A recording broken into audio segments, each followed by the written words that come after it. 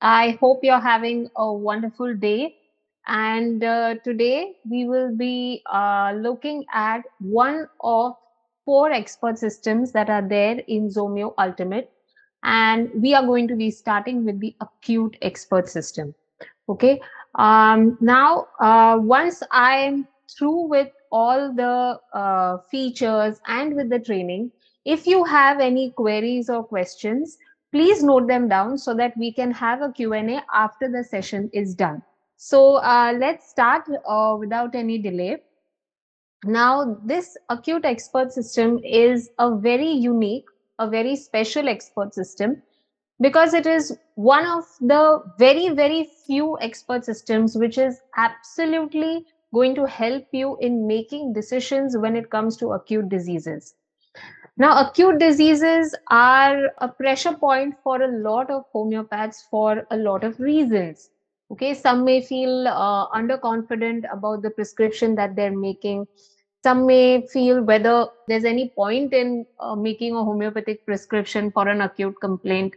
Some may even feel confused while making prescriptions because two or three remedies could be very close to each other when it comes to symptoms, while others may not even want to touch acute diseases and treating them. This is one of those expert systems which is going to give you the confidence to treat acute diseases because it takes a very different path from what is normally expected.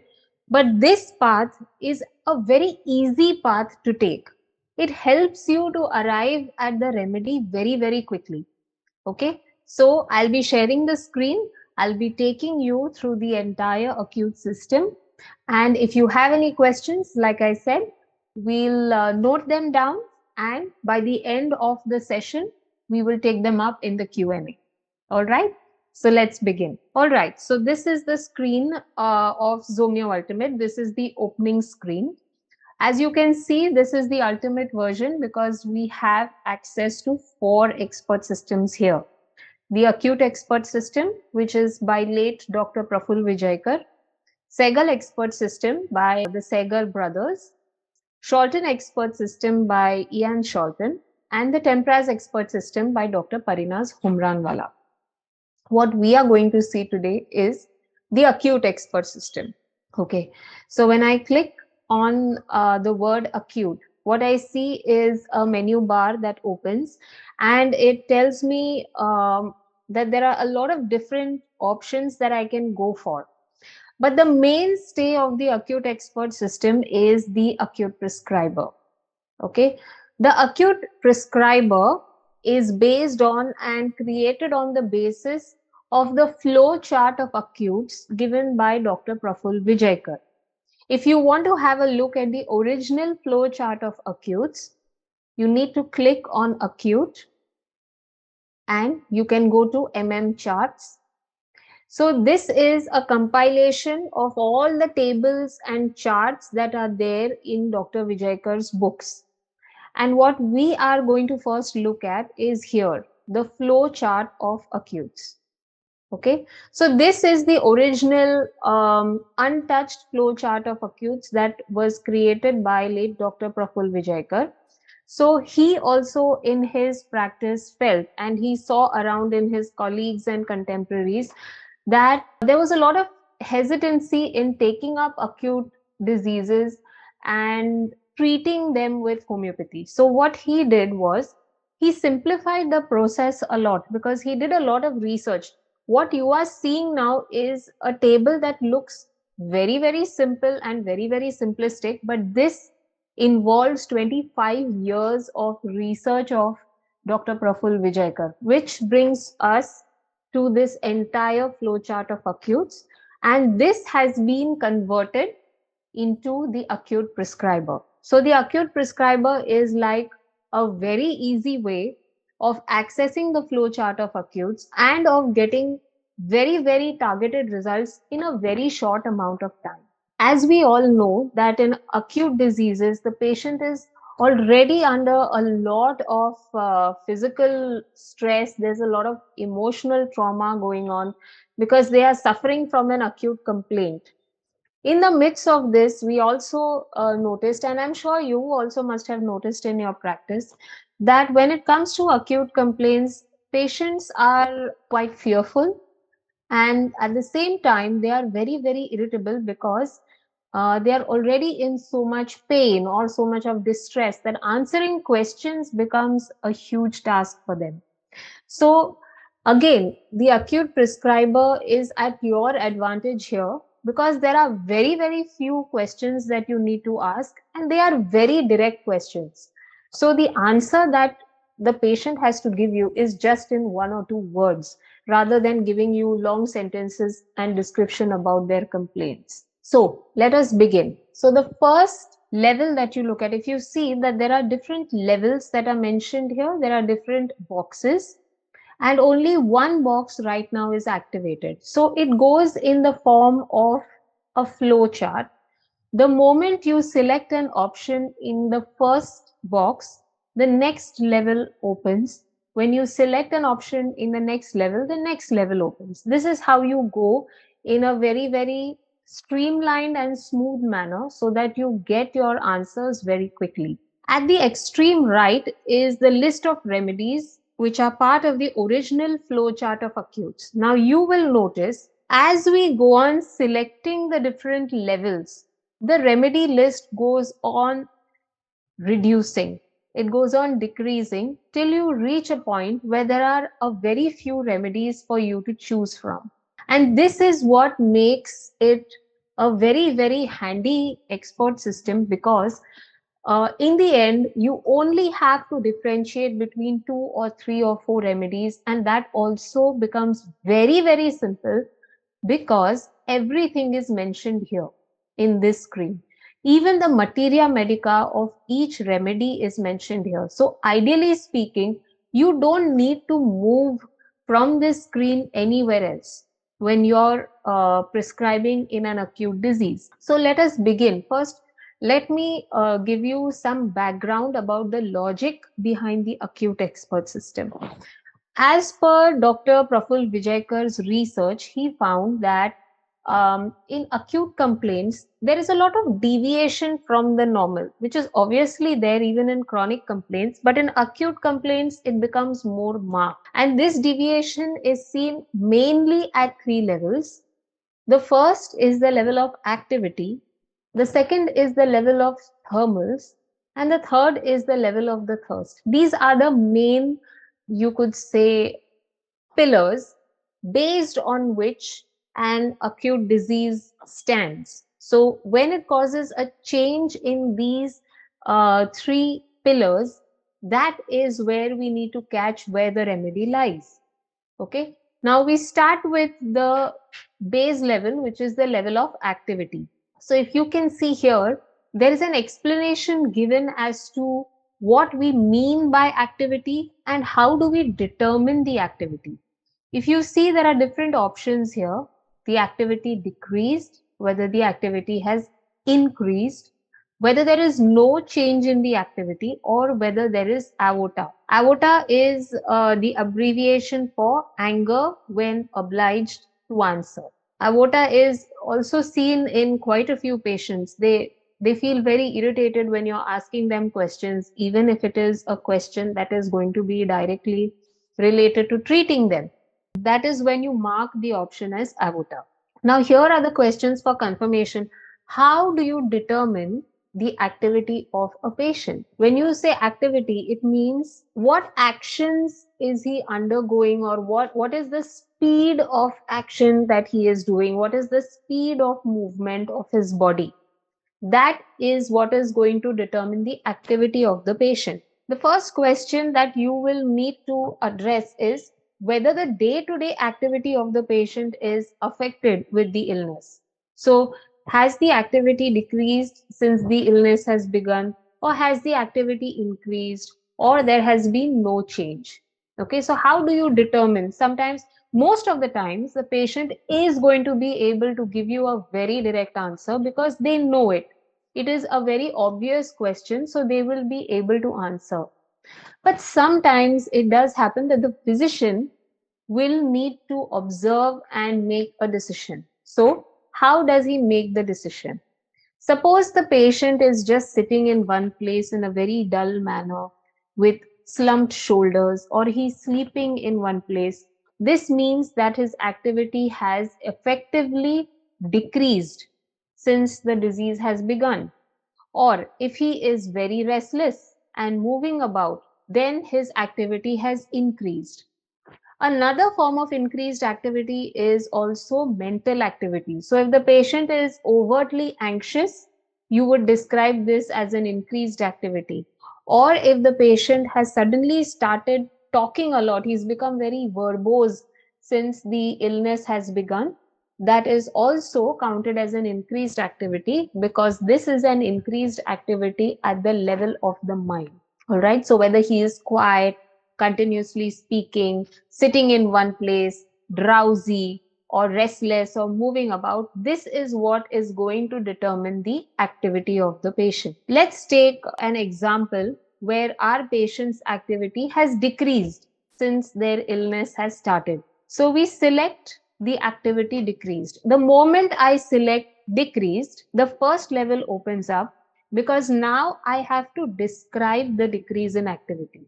Whether it is a general dullness that you're seeing in the patient that was never there before, or whether he is so drowsy that sleep is overpowering him. So these are the two types of decreased activity that you will see. If you had we selected some other option, for example, had we selected increased, the first level would have been different. Here, when we select an increased activity, what we see is physical restlessness. So we have to select, is the patient physically restless? Is he moving about a lot?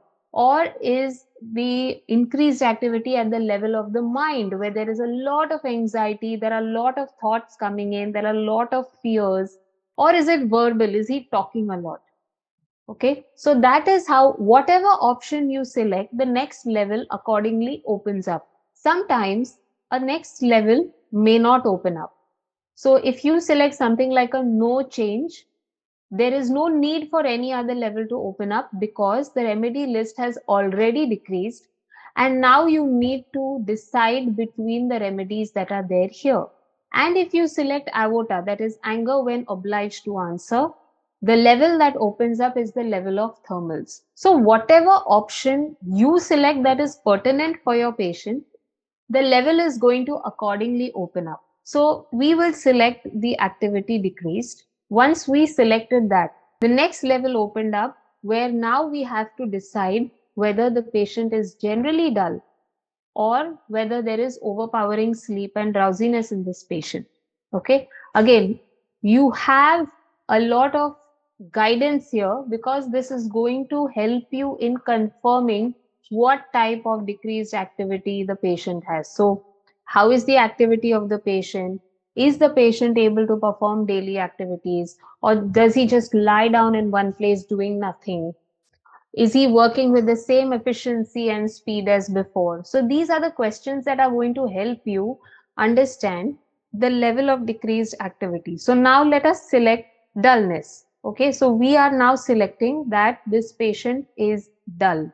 Once I select level 1, which is dullness, the next level opens up, which is the level of thermals in this case. All right, so whether the patient is hot or whether he is chilly. So this is another determinant in an acute disease, because many times we have seen that the thermal state changes when someone falls ill.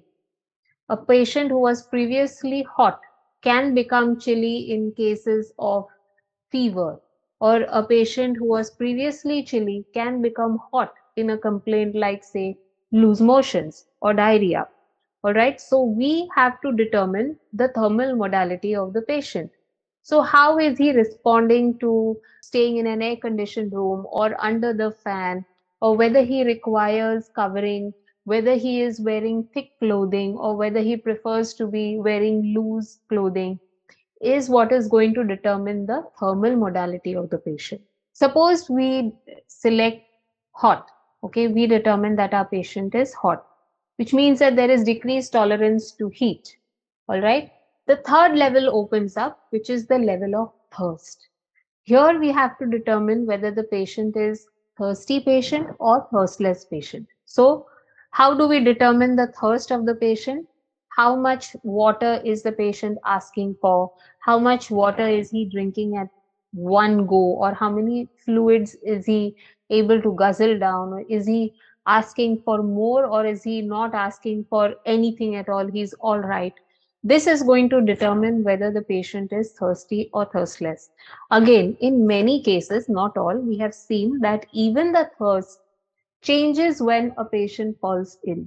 If you're seeing on the right side, as I'm selecting every level, the remedy list is going on becoming concise. It is going on decreasing. Okay. Now I select what is there in level 3, which is, let's say the patient is thirstless. All right. And the next level now opens up, which is level 4, where I have to determine whether the patient who is thirstless has a dry mouth or a moist mouth. How do I determine whether a patient has a dry mouth or a moist mouth? So, most of the times, the patient is going to be very clear about it, whether salivation has increased in his mouth or whether there is a complete sensation of dryness in the mouth. The patient will be able to tell you. However, as a physician, we also need to be observant. So, what are we going to do? The easiest way to determine the status of the mouth is to examine it. So, by examining the mouth, by examining the tongue, a physician is able to determine whether there is dryness in the mouth or whether there is increased salivation in the mouth. Okay. Or you could even ask the patient whether, or the patient themselves would tell you that, I am not able to chew food properly. There is a very sticky sensation in the mouth. So this usually comes in cases of dry mouth. Okay. So that is how you are going to determine whether the patient has a dry mouth or a moist mouth. Now, if we have determined that the patient has a dry mouth, the final level opens up where now we have to determine whether the patient is diligent or non-diligent. Now, this is a very interesting word, diligence. What does it mean and how do we determine that in the patient? So, a diligent person is someone who is very, very conscientious about his duties. This is a diligent person. Whereas a non-diligent person, we would not say is not concerned about his duties, but has other priorities before that. Okay. In this case, their own well being or concern for themselves. A diligent person is going to first be concerned about fulfilling their duties, whether it is at work or at home, and then will think about their health. That is how we determine whether a patient is diligent or non diligent in illness. Now, for an adult man and woman, how do you determine whether they are diligent? Okay, now this also takes a bit of an effort because the woman may say, no, even if I'm ill, or a homemaker will say, even if I'm ill, I still get up, I do all the work in the house, however ill I am. Now, this necessarily does not make her diligent, but what determines whether she is diligent or not is whether she is doing it out of her own volition. So if she says, no, I like doing it, I want to do it, that is why I am doing it. I have to do it because that is my duty towards my family. Then you can mark her as a diligent person. If she says, oh, who else would do it then if I don't do it? Or no, my in laws or whoever is in the house says, hey, you have to work. That is not necessarily a diligent person, that she is doing it out of force. Similarly, for a man or a woman who are professionally working, if they are the kind of people who never take leave from work, even if they're ill, who go and they do their work, they finish off their work, they fulfill their duties, then such a person can be deemed or labeled as a diligent person. If they are, if they go to work, they say, no, I have to go to work because then my boss may yell at me, or I'd have to take a pay cut. That is non-diligent. That is not out of duty. That is out of a sense of difficulty or a sense of force that they are going. What about children? How do you know whether an ill child is diligent or not? That is actually very simple to understand. If a child, despite being ill, says, I want to go to school or I want to study, such a child is a diligent child. If they say it out of their own volition, not because my parents have told me I have to go or my parents have told me I have to study. No, that is not diligent. A diligent child is someone who, through their own volition, say, no, I want to go to school and I want to study. How would you understand that in a toddler or an infant? How would you understand whether they are diligent or not? Is there a way to understand? Yes, there is. So, if an infant or toddler, is reaching out for books, they love to browse through the pages of books, or if they'd like to, write with a pencil, scribble with a crayon, if that is what they keep asking for, you can or we can label this child, infant or toddler, as a diligent patient. So this is how you determine the difference between diligence and non-diligence. Now we decide, okay, that this is a diligent patient. Now, if you have a look out of the entire list of remedies that were mentioned, we now have only two remedies to choose from for this patient. Now, nowhere here did we have any mention of the acute complaint that the patient has or the acute disease that the patient has. We are speaking at a much deeper level. We are seeing this at the very core level of the patient. Rather than seeing the result in the form of a disease, we are now going to the absolute core of the patient, where, so finally, the remedies that you get are the core remedies or the pure remedies that you get, which are unbiased, which are not based on any external manifestation. It is based on the core of the patient in that acute complaint. So it is an unadulterated prescription that you are going to be finally making. So now if you see the remedies that are there are two remedies that are mentioned, Bryonia and Lycopodium. Now, we need to now differentiate between the two remedies. So how do we differentiate? If you see below here, we have the materia medica of Bryonia given in short. So you just have to read through these lines. Again, it's very simple, it's very short, but it is going to give you the answer very, very quickly. And this is the triad that is present in bryonia and should ideally be present in the patient. So, dry mouth with thirstlessness, lies motionless, and feels better by pressure. The other indications are also there: dry, listless, irritable people, dull but not sleepy, hard stools, thoughts of business, ailments from anger and mortification, diligent conscientious, and the remedy relationship of Bryonia is also mentioned. Okay, so this is the materia medica of Bryonia, mentioned in short, but with the most important pointers. Now, to differentiate, let's click on Lycopodium.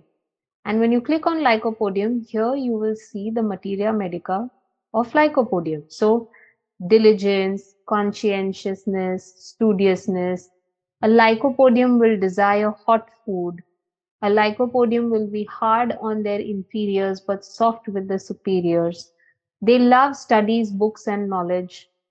So, these are the indications that you see, and they are very distinctive remedies, both of them, Bryonia and Lycopodium. So that is why this makes it very, very easy for you to make a final prescription based on what you are seeing in your patient. Again, let me tell you that this is the core remedy that you are going to give for the acute complaint. So, because it is based on the core symptoms that you have taken.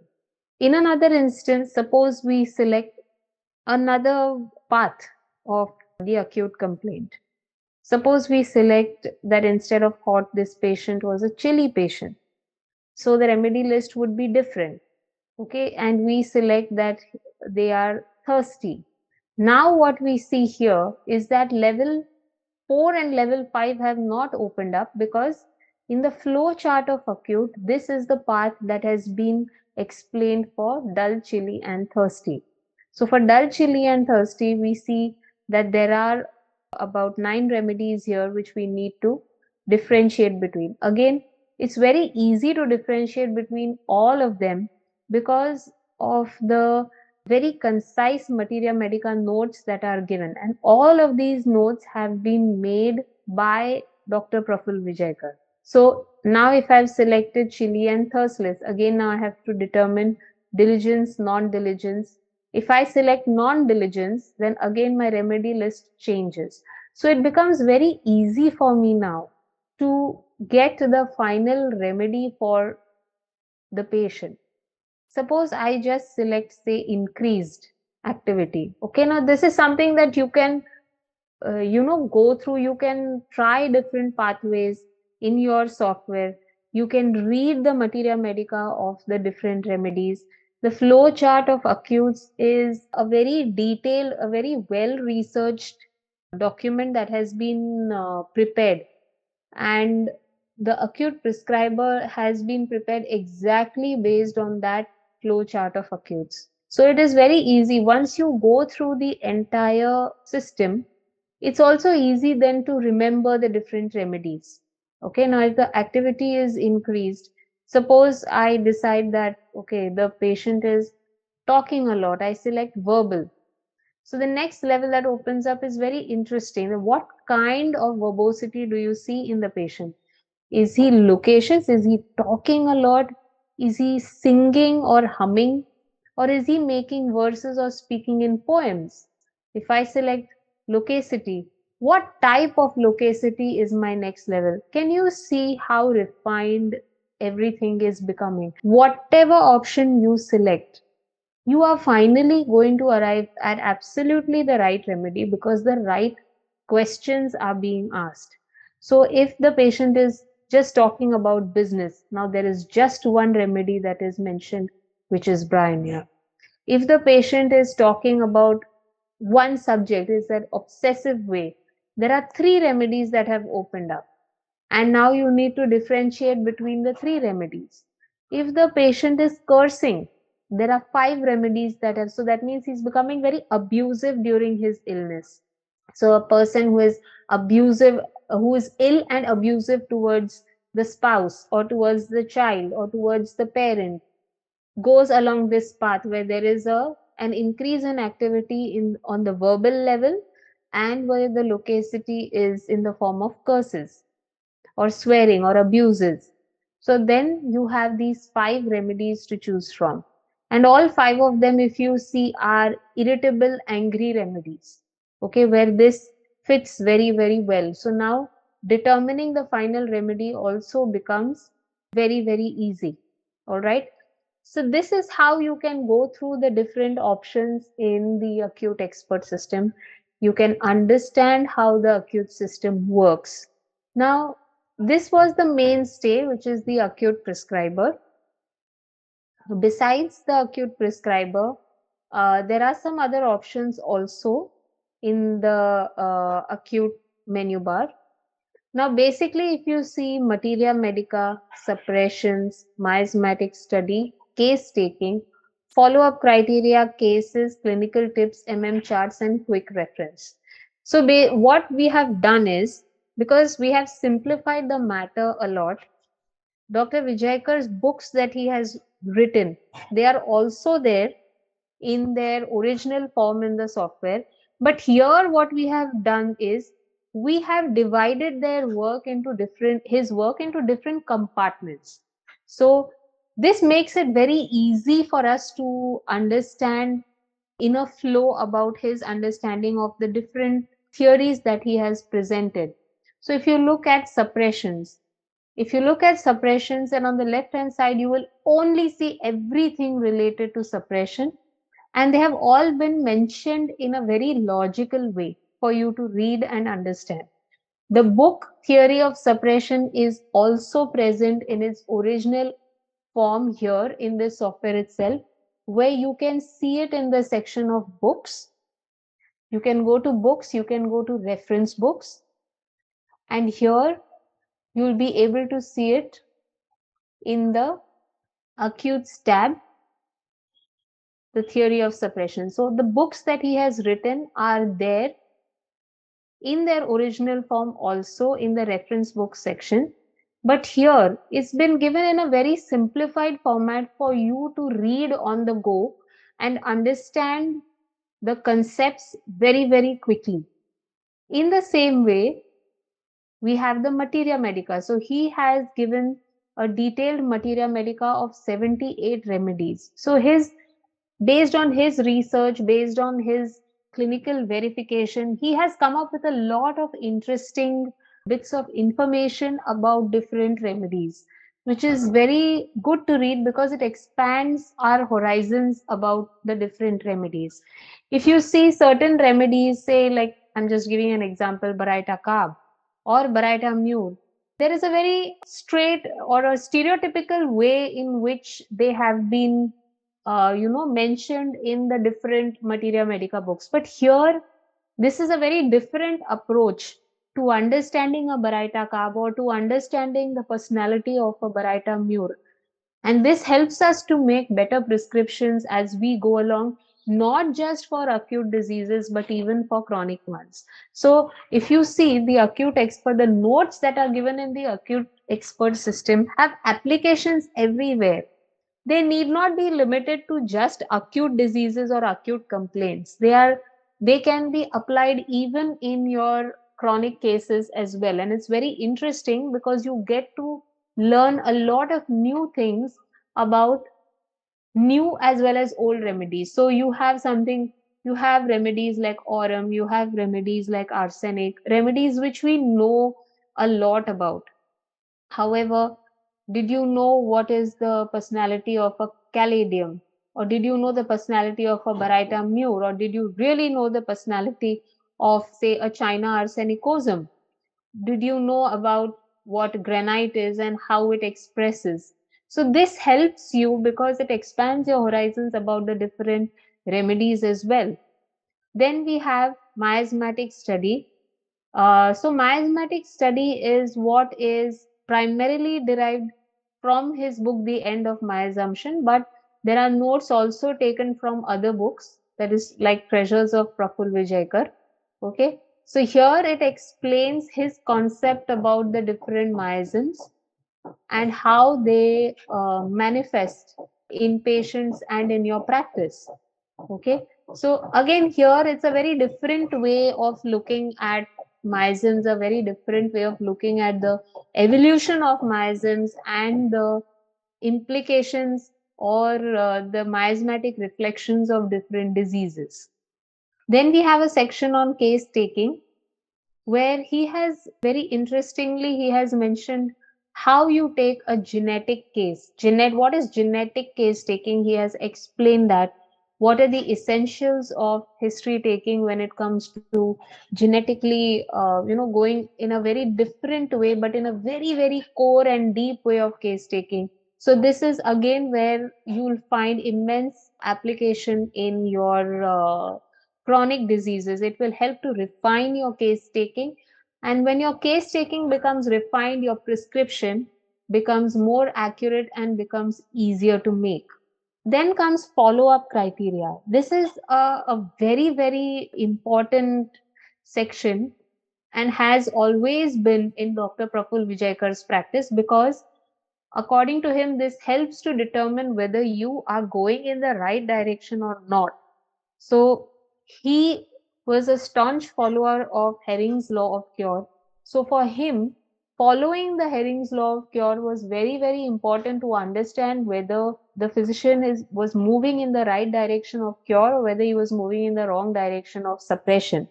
For which knowing how to take a good follow up is very, very important because that is going to help you understand whether you have moved in the right direction or not. Then there are different cases that he has solved. So this gives you an insight about his way of thinking, his way of practice, his prescriptions. Then there are some clinical tips that have been determined from his books that are like very, very short pointers towards the remedies. These are the different materia medica charts. So chili and hot remedies, comparative study of the different baryta salts, calcarea salts. This is very interesting because if you know somebody is a baryta, but now you have to determine what further. Is he a baryta carb? Is he a mure? Is he a phos? Is he an iode? This table is a very easy way of helping you go in the right direction. So if you know that the patient is calcarea, what type of calcarea? We usually think of calcarea carb, phos, and fluor. But there is iode, there is ars, there is sulf. So how do you understand what type of calcarea this person is? So the comparative study of the different groups of remedies is going to help you to understand what would be the final remedy for your patient. And this is a very easy way to understand. This is a very easy way to read. And if you see, if you go through all these notes, they are very easy to read, they are very easy to understand. For us to grasp the concepts becomes very, very simple, and not just grasping concepts, but remembering them, recalling them, and finally, the most important step, which is applying them in the practice, also becomes very, very easy. And the last is acute quick reference. So these have been taken from treasures of Dr. Prafull Vijayakar. So these are like rubrics, like a short repertory that is there, which helps you to determine different remedies. This is again very interesting to go through because it helps you to understand which remedies come close to each other. All right, so this was the acute expert system. Very, very easy to understand, but the research behind this has been very, very extensive, which is why the end result is so beautiful because you're able to practice and give prescriptions for acute complaints very, very easily. So, if anybody has any questions for me regarding the acute expert system, you could either put them in the chat box or you could unmute yourself and you could ask the question. Can I ask you something, please, Pradarshana? So now when we're talking about thirst, whether the person is thirsty or thirstless, are we talking about the thirst for the water, or is it any thirst that is increased? Maybe the person has sort of wants to have more tea or coffee, and his thirst that way has increased, but not for water.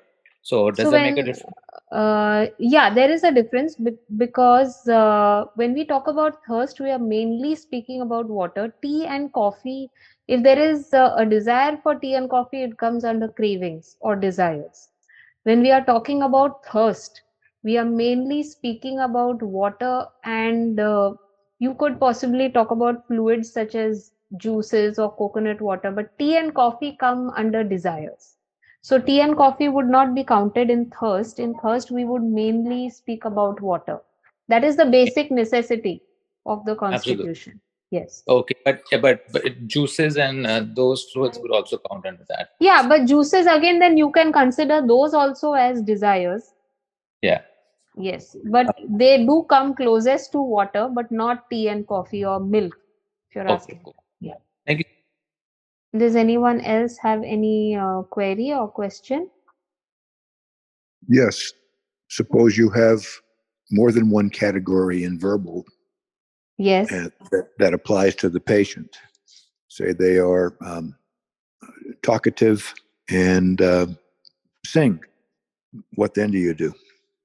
If they are talkative and they sing, then I would recommend you to go for singing because that is a more characteristic phenomenon that you would see in a patient who is unwell. When All you, right, thank you. yeah, yeah. Do we have anyone else who would like to ask a question? Thank you so much. It is very, very wonderful presentation. I want to ask you in other, please give another simple for example, Segal method. Do you have any easy for you? Yeah, so we will be taking Thank you. sessions for the other expert systems as well in the coming weeks. We will be doing that. Don't worry. Okay, thank you. Yeah.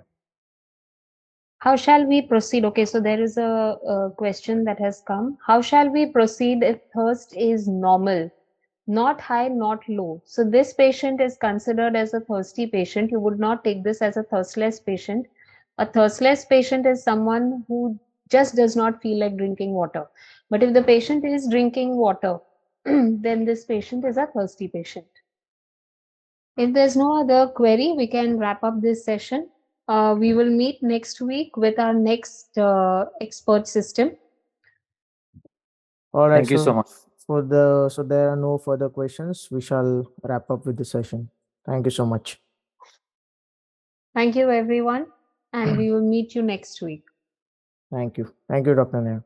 Thank you.